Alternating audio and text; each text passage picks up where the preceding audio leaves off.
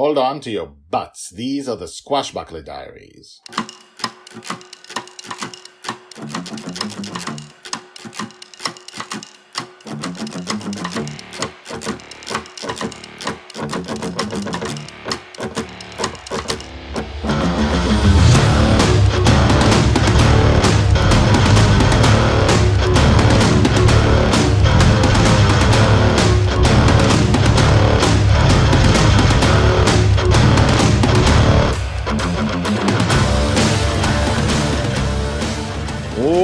Welcome back. My name is Guy Hasson, and you are listening to the Squashbuckler Diaries podcast, the daily epic fantasy podcast about Shelley's life in the dream. And in season 1, she is in her father's dreams. Who knows what will happen, where she'll go once she figures out she's in a dream. Maybe she'll stay, maybe she won't. Who knows? In any case, we are at part 9 of Joy's adventure in the land of the giants. We usually cover, just regular day-to-day stuff, which is not regular at all, about what is it like to live in a dream? What is it like for a future heroine to have a daily life of adventure? And stuff like that. And what is the dream? And why is she in the dream? And why does she have a father who is not a biological father, who is raising her there every day? And, stuff like that. But recently, for the last 9 episodes, we have been following her adventure in the land of the giants, where she's hurt, badly wounded, can't find her father, and her father can't find her, and she's lost. And she went to the highest leaf in the forest, following her father's advice from years ago, to go to a high place and wait for him to find her. But he's not been able to do it because the forest is huge. It's a giant's forest. She's smaller than a leaf. And he can't make the forest disappear. And he looked for her for the entire dream and couldn't find her and disappeared. And then, she was there for another 16 hours or so. Without water, without food. Hoping he'll find her tomorrow. So living in the dream is sometimes very, very harsh. And it could lead to death. Even if she's protected by her father's subconscious. Right now, she's not. Because he doesn't know where she is. And it's not about villains that are left behind, that he created. So, let's see what happens next. She's 4.5 years old. Episode 192, In the Land of the Giants, Part 9, Day 2. Joy's age 4.5. Told by the Red Dragon. Dragonil slept for a few hours. She slept on the highest leaf of one of the trees in the forest of the land of the giants. Her body was black and blue all over, and she had not eaten or drunk for a day and a half. She woke up with a start when the wind returned. When Dragonfather returns to the dream, the wind returns with him. She sat up and looked at Bonny's revenge far above her and to the side.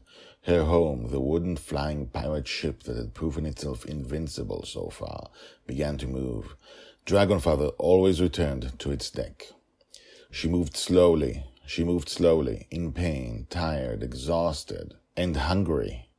Dragonfather returned to search for her in the forest with growing panic. He moved trees out of their places. He questioned more giants which he summoned from his imagination.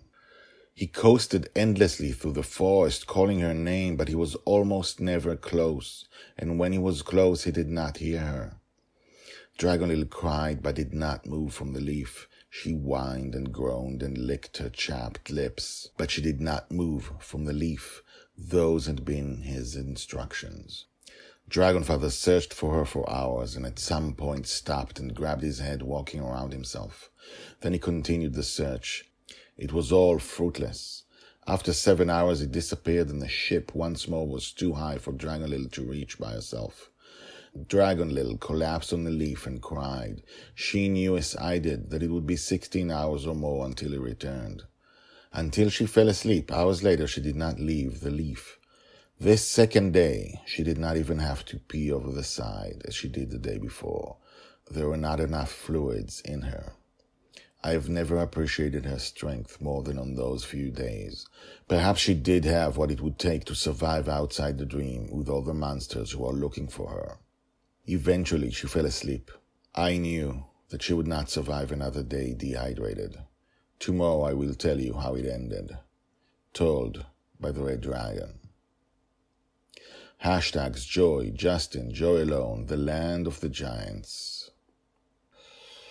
Well, I really don't have anything to add beyond that. We should see what happens next, so come back tomorrow for the conclusion of In the Land of the Giants. And now, the credits. The Squashbuckler Diaries are written and read by me, Guy Hasson. All the tags mentioned in this story are searchable at the website. You can find all the stories there in written form and, in fact, 150 Squashbuckler Diaries more.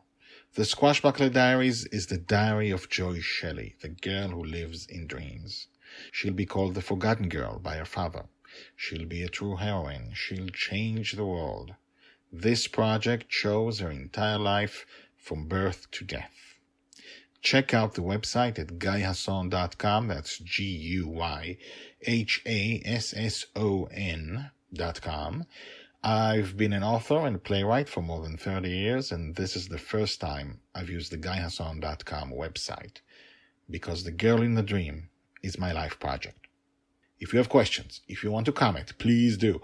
You can comment at the website or email me at guyhasson@gmail.com. That's GUYHASSON, GUYHASSON @gmail.com. The theme music is called Brass Gentleman and is created by Thomas Harudek. My name is Guy Hasson, and this is my life project. Come back tomorrow, and tomorrow, and tomorrow for more.